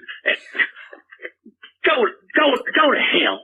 Yeah, another one. It's hard to believe that our show is the one that got him taken off the air when he was being himself on his show for 25 years. I'm pretty sure we didn't get him taken off the air. If I remember correctly, it was because he assaulted a homeless person. Oh, you know what? Yeah. You're absolutely He just right. called us and bragged about it. I don't know. Here's another one. Let's just keep them coming. Yeah, this is Ken Lee, lead paranormal investigator from the Spectre Inspector Squad. Now, you should know me from television, but because of your program, the Spectre Inspector Squad is not on television because you two have put forth slanderous claim that we do not have the ability to conjure the dead. And that our equipment is all phony nonsense. And worst of all, you said that Esmeralda, the psychic Esmeralda, is, and I quote, a funny gypsy with a bad Russian accent. Yes, she is. I shall cast you all into the deepest layers of hell by way of demons galore. Oh, now that sounds great, Esmeralda, but the greatest thing is, we don't have to put the evil eye on them. Because, yes, we're joining the lawsuit. Oh, yeah. So we're going to call up Jimmy James, and we're going to sue you all the way to hell. What's with these people's obsession with us going to hell? I feel like I'm in some kind of deranged revival or something. Unbelievable. Unbelievable. All right, so apparently this lawsuit is just a pack of insane people. I have a real bone to pick with Jimmy. I mean, I don't think that he's going to win, but No. he's certainly, this is a pain in the ass. I think we have a case against him, to be honest. Yeah, harassment. Yep. I mean, I think he's slandering us. Colluding. Yes. Let's just move on to something more fun. Right. Why don't we go to the segment of the worst run place in the world this week? I'm starting to think it's this show. But we'll start with something easier. So we're going to start off in San Francisco with, you'll never believe this story. I can't believe this happened. So the mayor of San Francisco got caught partying maskless. Really? Yes, of course, she's, very pro-mask, pro-vaccine mandate, pro all the rest of the tyranny that they're doing out there. And they just basically voted into permanence. You see Newsom just announced that they're going to have mail-in voting forever in California now. Well, I think we should permanently remove California from the rest of the country. I agree. That's just my take on it. Yeah, so anyway, this mayor, her name is London Breed. I'm sorry, her name is what? It does not sound like the name of it sounds like a drag queen handle. Her name is what? Like, I'm London Breed. What's up, honey? Let me read your kids some stories. That's the worst name I've ever heard. Yeah, I don't know if that's her real name, but that's what she goes by. She's like she's obviously like a lesbian or something. What is with every major city in the country electing these fucking degenerate weirdos? I don't even know how anybody recognized her. I've never heard of her before. Well, she should have earned a spot on this show before. But yeah, she was in San Francisco, the first city in America to impose a lockdown, and the one with the strictest vaccine mandate. And she's packed into some nightclub at a party with like a couple dozen of her closest friends, maybe more. I don't know, they're singing karaoke or something. Nobody's wearing a mask. Everybody's within a couple inches of each other. And, they're just having a great time. And of course, somebody had to call her out on it. And her response was, I wasn't even thinking about my mask. I was thinking about having a good time. Well, you know what? As long as it's, what's fine for you is, fine for everybody else. I mean, I guess this is good news for the citizens of San Francisco. Yeah, well, no, see, there was something... now go out and party and just have a good time. This wasn't about the citizens of San Francisco, as she continued. There was something that was really monumental that occurred, because the original members of Tony, the brothers who have not performed in public for 20 years... some of the most incredible artists in the history of this country, well, they were there at her party. I'm sorry, so we're not reversing the mask mandate. People can't go out and have fun. Tony was there. Could you imagine if the guy that... London Breed is a Tony fan. Are we even living in the same world? Who has heard of these things? What if Milli Vanilli had showed up? I mean, I'd have ripped my mask off, too. At least I've heard of them. Or how about the guy that sings Return of the Mac? I mean, if he showed up, I'd be like, oh shit, y'all. I love this. I'm reading this now. We don't need the fun police to come in and micromanage and tell us what we should or shouldn't be doing. My drink was sitting at the table. I got up and started dancing because I was feeling the spirit and I wasn't thinking about a mask. Well, I'll just be sure to, just jot that down in my memory bank here so that next time I'm in the city of San Francisco and somebody hassles me about not wearing a mask, I'll just tell them, you know what, I'm really feeling the spirit and I don't need the fun police micromanaging. Yeah, I'm listening to my my earphones and New Edition. This is the New Edition. I'm sorry, I had an appointment to go get the J&J. I ripped it apart because I was bumping to some My Prerogative. And if you try to ask me what my name is, I'll give you my name. It's Paris Copulate. I mean, I love that they aren't even trying to, hide it anymore. No. They're just like, yeah, we're better than you. We're the elites. We make the rules. Fuck you. We're going to do what we want. Love it. And if I love it, I mean I hate it. Anyways, moving on to the other side of that coin, we do have the president of one of the biggest countries in the world who was forced to eat his own lunch on the sidewalk. Because New York won't let him sit in a restaurant. Let me guess. So they had one of those, maybe it was like a Chuck E. Cheese, and Biden's not allowed in a Chuck E. Cheese. Well, that would actually make sense. But no, this made no sense, which is why it's on our show. A Brazilian president, whose name is Bolsonaro. Oh yeah, I like him. Yeah, he was forced to eat his he's not vaccinated. Therefore, he cannot enter a pizzeria. But he can work for the UN General Assembly. Right, he can fly on an airplane, apparently. Thank God for that. I mean, he's literally like the only world leader left in the Western Hemisphere that's not a deranged globalist. So, therefore, he can't go to a restaurant and have a steak. He's got to fucking eat. Eat in his car. If they even let him in a car. From a plastic container, that they give to DoorDash. I love this picture. He's just, like, outside of this restaurant looking like really, guys? Really? Like, I run the 5th biggest country in the fucking world. Typhoid Mary over here. Yeah. I wish that one of these world leaders... Actually, I want to say that he did catch it at one point. Yeah. I think he did. I don't know. He is a little freewheeling when it comes to the COVID thing, which I like. But I remember we even covered this when this was all starting last year. I think he said something like, oh, yeah, we don't need to do any restrictions in Brazil. Brazilians are masculine. We've got testosterone. We're not scared of the flu or something like that. Oh, my God. But hey, you know what? They say New York's got great pizza. It's the water. The water. It's a whole different kind of water. At least he got some damn pizza. Yeah. Another thing about New York, which obviously, it's New York that's the worst run place here, not Brazil. The woman that took over for governor from Cuomo is insane. Yeah. She's like certifiable. She's one of these... Well, if you were Cuomo's right-hand, second-hand person, I mean, you might be insane, too. And it probably drove her crazy that he never pinched her ass. Yeah. Like she didn't want him to, but... like, why not She her? saw him doing it Why to not everybody her? else. And she's like, it's one thing if it's like the super hot intern, but then like it was the not so hot intern, and then it was Mary like the in sheriff accounting. deputy, and I mean he was just grabbing so many fannies, and she's like, look, I'm right here.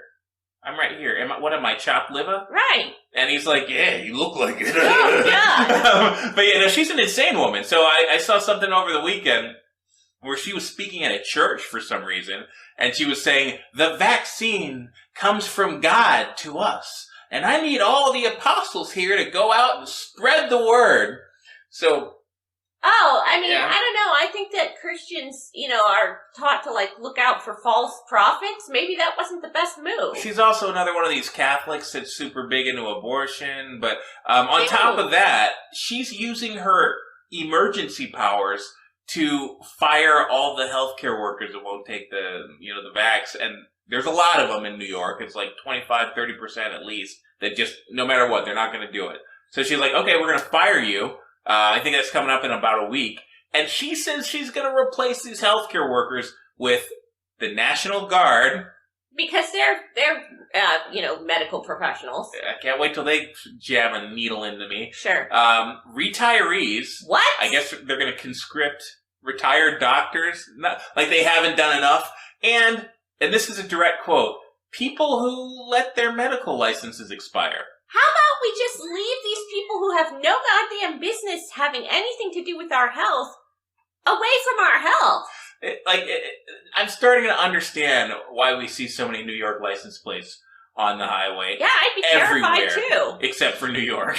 I mean, oh my God. rats out of a sinking ship or whatever. For sure. Meanwhile, speaking of rats and sinking ships, Chicago is once again on the list. Of course they are. Yeah. Lori Lightfoot wants to give poor families in Chicago $500 a month in universal basic income. $500 a month per family. Yeah. So $100 a month per person, roundabout. Yeah, I mean, I'm sure that's going to really do a lot for them. But still, I mean, I don't know where she's getting this money because there's a lot of poor people in Chicago. And she just wants to cash them out, $500 a month. Well, no. She's not giving it to all the poor families in Chicago. Oh, boy. She's giving it to 5,000 low-income households. What is this, like a lottery? Like, do you have to get a golden ticket? I mean, it's like that lottery thing where it's win $500 a week for life or something. Do you have to shoot people to win this one? Like, well, I know that's often you certainly can. I mean, that's $125 worth of ammo per month per person. Holy shit! This is a $16.7 billion spending plan just from the city of Chicago. They're going to spend $16.7 billion on 5,000 families. Now, does that seem reasonable to you? Well, I don't think most of them's going to them. But I do think that this is going to have one of those, what do they always say, the law of unintended consequences. So you've got a city that is just absolutely wrecked by gang violence, by drugs in the streets, by fucking murder, and you're giving $500 a month to the at-risk, low-income family.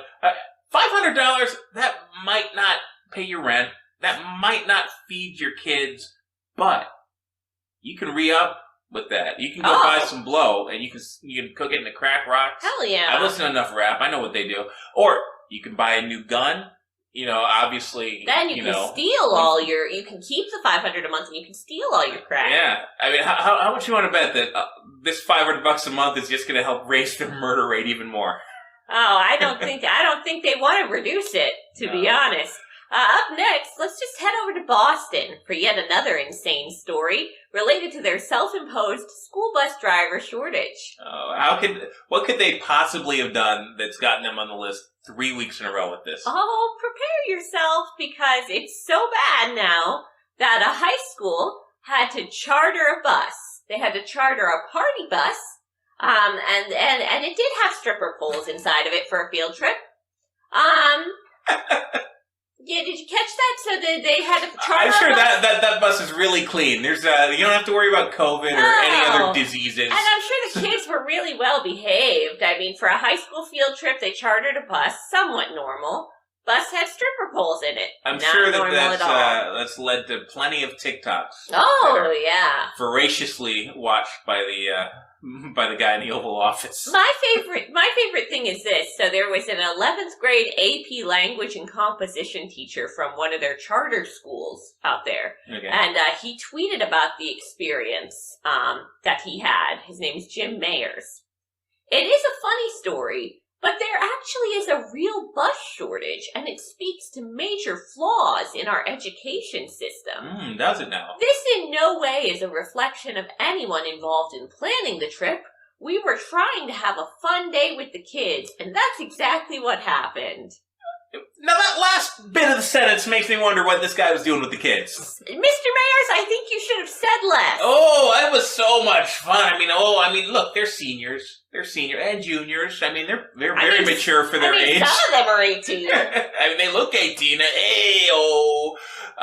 Yeah, Massachusetts is a fucking mess. I saw something in the news where something like a quarter of their state police are quitting because they've got this ridiculous vaccine mandate there. Obviously, we're seeing what's happened with the school bus drivers.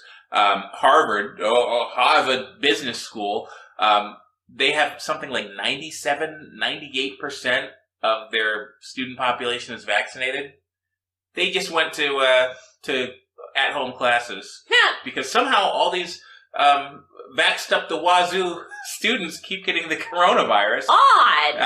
And having heart problems and shit.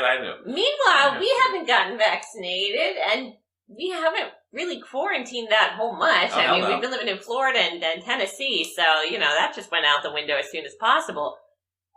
And we haven't caught COVID once. Yeah, I mean, life's good. And most of the people I know, frankly, that have caught COVID, lately at least, like, pretty much anybody I know this year that's gotten COVID, especially people who have gotten hit hard with it, they're also the people that were bragging about their vaccine, like a couple weeks before, and like showing off their Band-Aids and their free donuts.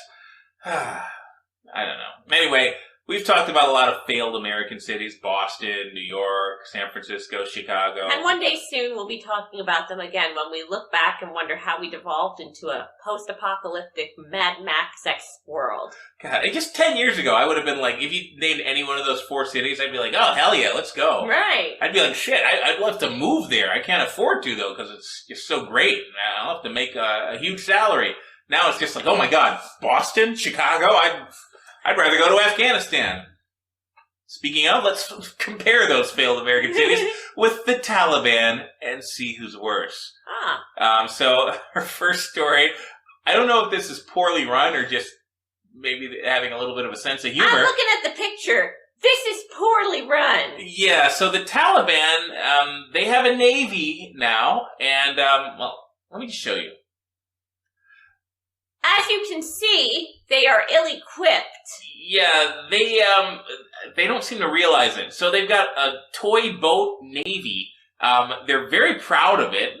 They're posting pictures online that are supposed to be like propaganda pictures, terrifying people, and they're just the Taliban riding around in boats that look like bumper boats that you'd find at an amusement park. Are these pedal boats? Like, I think they're actually having to pedal like the Flintstones to get anywhere. And they have giant swans on them, and they're like bright colors. I mean, I can see that they also have rocket launchers, but I mean, at the same time, it's not very intimidating.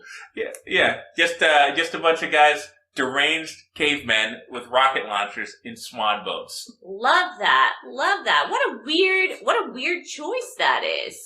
Yeah, well, I mean, I can say I'm scared. Like, you know how sometimes you get somebody that's just so, like, crazy that it terrifies you? Like, you're about to get in a fight with somebody, and then he's just like, I'm gonna take my pants off! And he's wearing, like, Mickey Mouse underwear. And you're like, okay, you know what? I'm bigger than you. I've got more muscles than you. You're crazy. I'm not going to fight you. You know what? That's absolutely what they're doing. This is the wild card approach. Exactly. They're taking the wild card approach on it.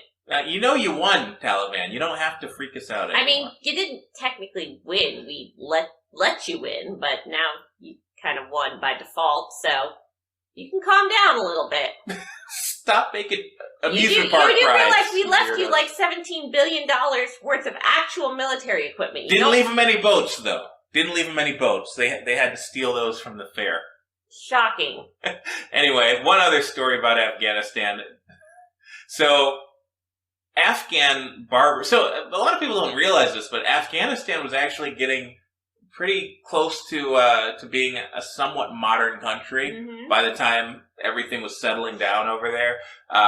People were choosing to live there that weren't even from there. People were like, the women and stuff were like venturing out of their homes. They were like, oh man, the barbarian cavemen that chop people's heads off, they aren't in power. We can try to be somewhat of a normal country.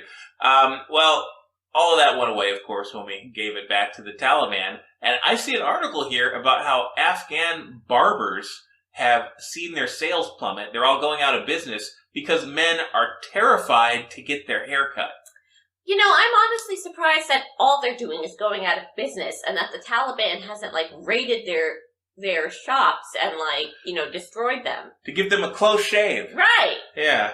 I guess it's a violation of Sharia law to not only shave your beard, but to get a haircut. I mean, these people really need to, look at their religion and say, I mean, I look like a deranged homeless man that lives under a bridge. I mean, what's next? You can't get a haircut, you can't shave, you can't wear clean underwear? That's a sin? What is underwear? You can't brush your teeth?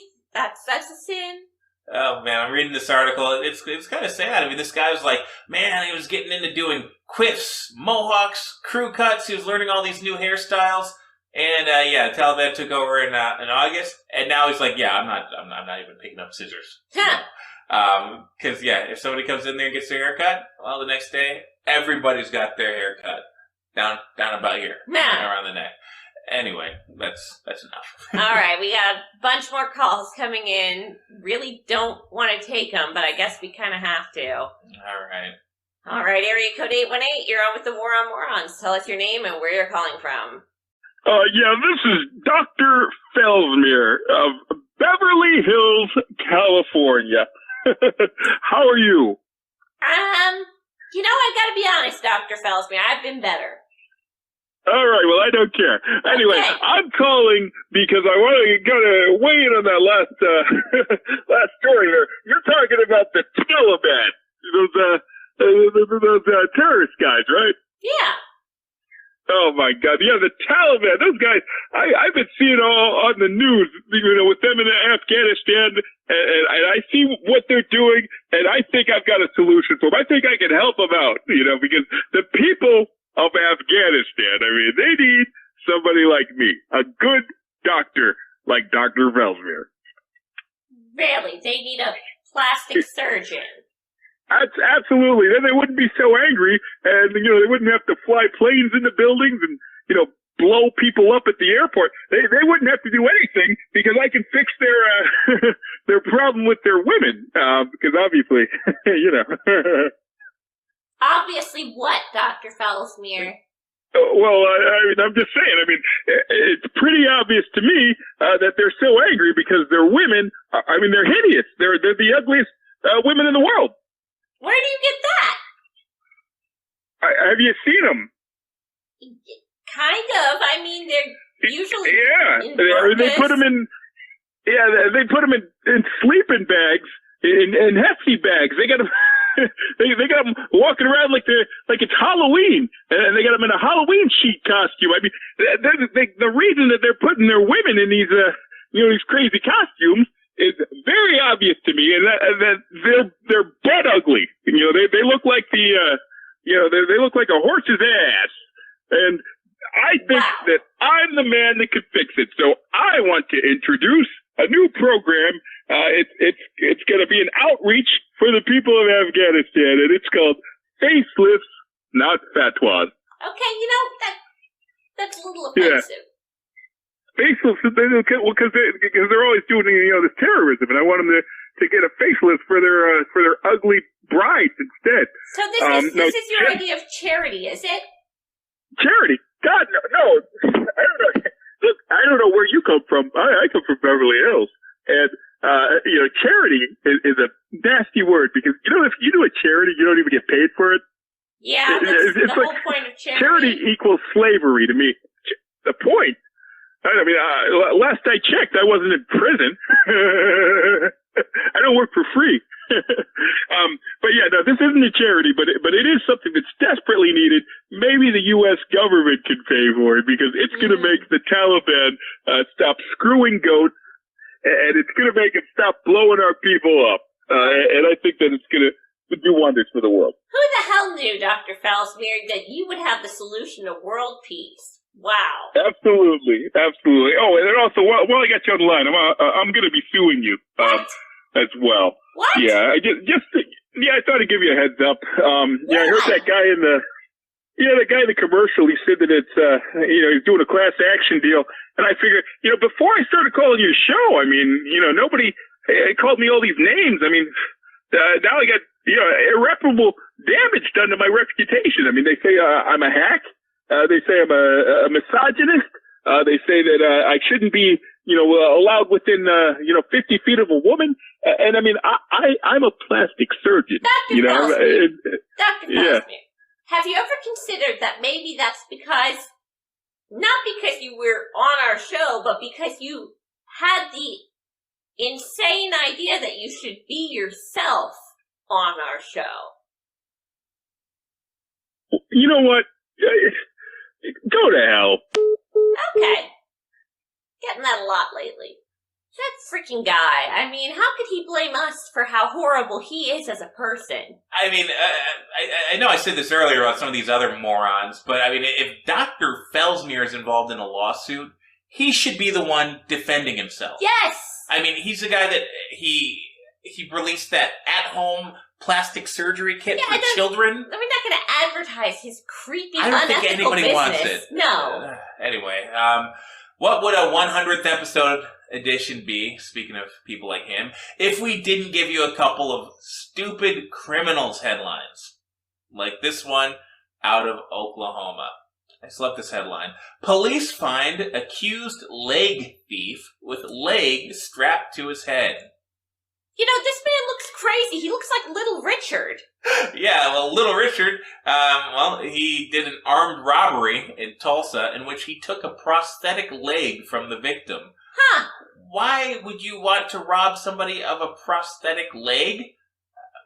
I don't know. But he demanded of the victim to know the worth of everything that he was stealing. So I get it, if you want to steal somebody's wallet, you want to steal somebody's purse, take their credit cards. I'm not going to do that, but I can understand it. Yeah. But you're like, hey, cripple, how much that leg worth, motherfucker? And then he must have really liked the answer because rather than pawning it, he strapped it to his head And that's how police found him, walking around with a prosthetic leg strapped to his head like a fucked up unicorn. Yeah, like, I can just imagine, like, he called the police, the victim. He's like, yeah, you know, some guy stole my plastic leg. And they're like, oh, geez, well, how are we going to find him? Well, funny story. He's wandering around on Main Street, and, yeah, you can't miss him. I wish they'd let him keep it for the mugshot. I really do. I mean, that would have been fantastic. It would have been something to see. So, yeah. All right. Well, moving on to Mississippi, we've got a story about a guy who apparently never heard the phrase "too good to be true." These men actually took a vehicle that was labeled with a sign that said "free car." Hey, I mean, that can't go wrong. A free car? Yeah, the keys were in the ignition. Okay. It was labeled as free, so Let's they go. said, you know, let's drive off with it. And then when they arrived at like a family member's home, they said, "Hey, let's check it out. Let's see what we got here." You know, drove all the way here. You know, let's see if maybe there's anything else in here that's good. What did they find? A dead body. Dead body in the trunk, huh? Naked dead body. Oh, even better. Naked dead body. And so, yeah, it got him into a bit of trouble. Just a little bit. Yeah. I mean, I guess I always heard you should never look a gift horse in the mouth. Well, you might want to look this one in the mouth. Maybe or look the in the trunk. trunk. Yeah.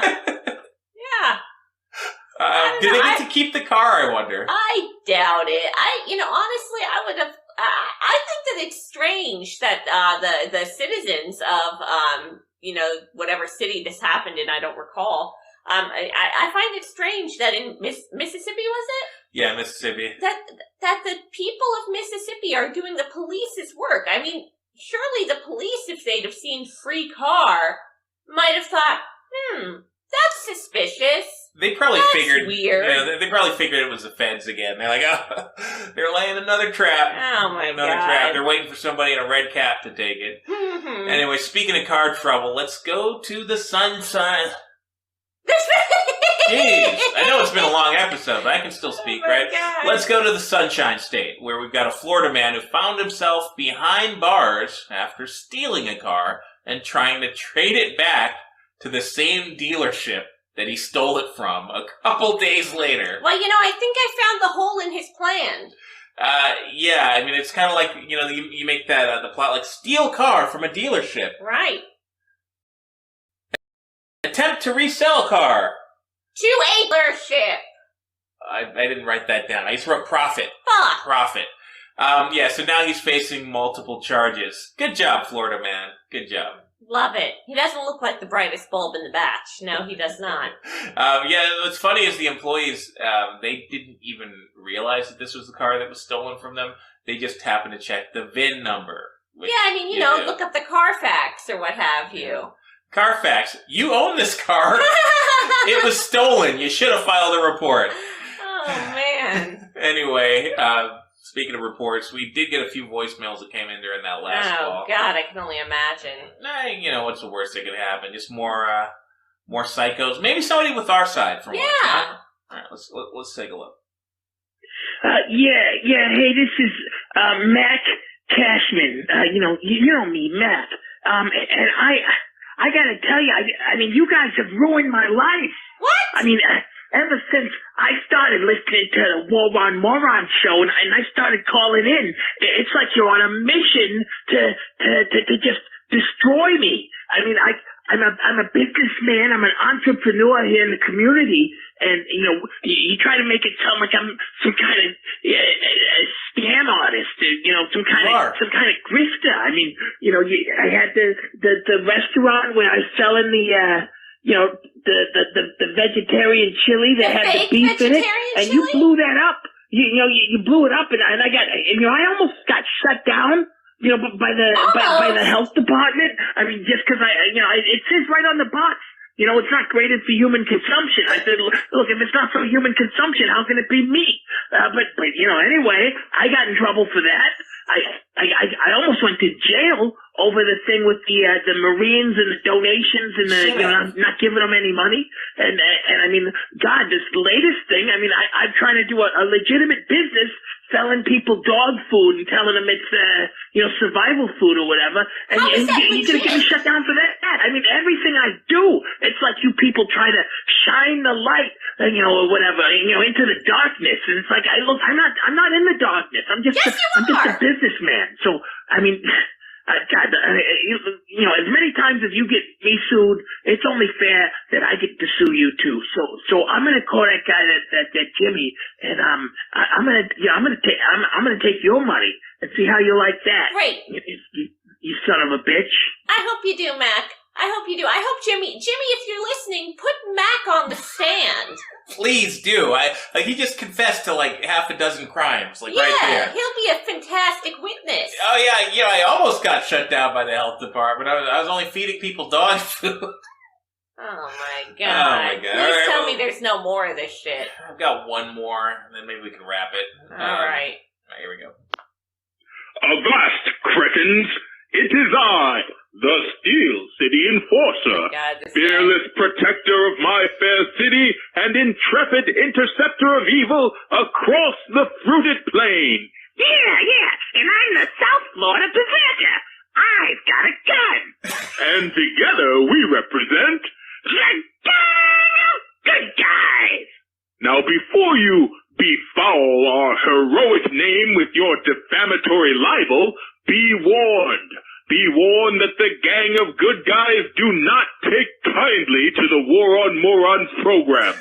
First and foremost, among a litany of grievances, is the way you have falsely labeled us as vigilantes. Yeah, see, we ain't criminals, Jack. We're the superheroes. Just because I could pistol whip some mook because he didn't wear his mask proper, or if I shoot a guy's windows out for not getting his vaccination, that don't make us a vigilante. We're just trying to keep everybody safe. Yes, and sadly for you, you will never be safe again. Because we have placed the War on Morons atop the international batch of bad guys. What? And that means not only will we hunt you down, not only will we beat you to within an inch of your lives, but all of our partner organizations will kick your ass as well and tease you until you completely empty out your bowels and destroy you. Now, wait a minute, meathead. Captain Hollywood here of the West Coast Gang of Good Persons. And apparently my male chauvinist colleagues haven't heard, but this time we don't have to work outside the law. Because after every superhero in the USA joins that class action suit, Jay and Anissa are gonna wish we had beaten that to a pulp. I like that one, Captain, but I'm still gonna beat him to a fucking pulp. Okay, I mean, at this point, it was funny at one point, Yeah, the batch of bad guys. I think that's pretty funny. But I mean, okay, so they're all threatening to sue us or whatever, but they're threatening physical violence? We got a gang of deranged maniacs that think they're superheroes that want to kill us. We've got a satanic priest. We've got, who else? We got a crazed pro wrestler that likes to beat up and apparently sexually assault people. I don't want to be oiled up in the ring. No. I don't know. I think we should call Jimmy and sort this out because I don't want to be in a courtroom with these people because I don't want to be in the same building as these people. Damn right. All right, so let me find him here.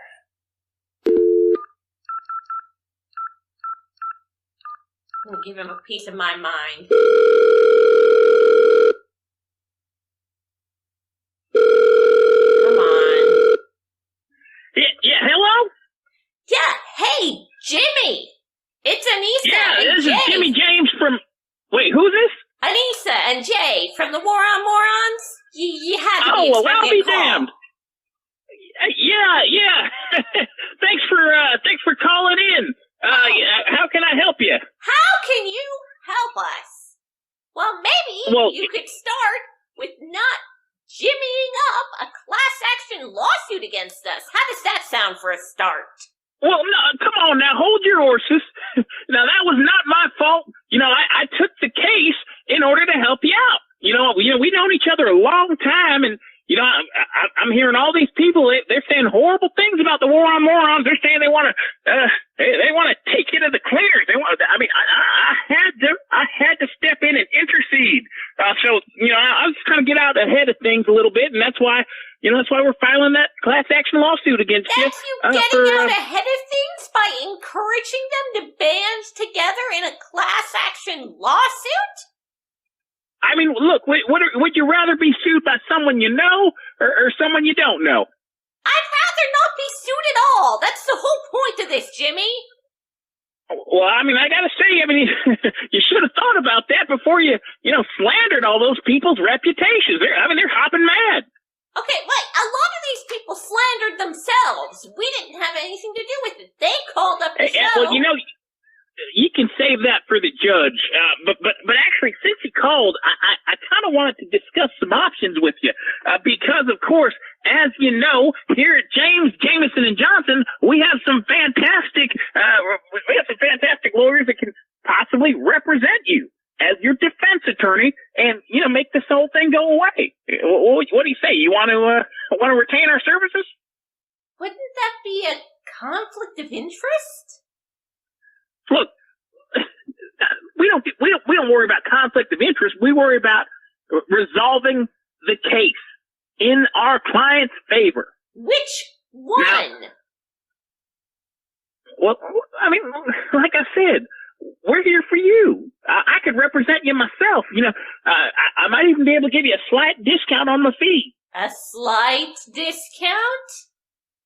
Well, yeah, I was thinking about charging you 3 times as much, but maybe we can give you, $3 off. Aha. Okay. I see how it is, Jimmy. You really think you can screw me over, Jimmy James? I told you not to say anything. I'll see you in court. Great. Well, folks, we were originally planning this little vacation after episode 100 to be 2 weeks, but I think we're going to have to contact a lawyer because it might be longer. I don't know how we're going to do this, guys. He seems very motivated. I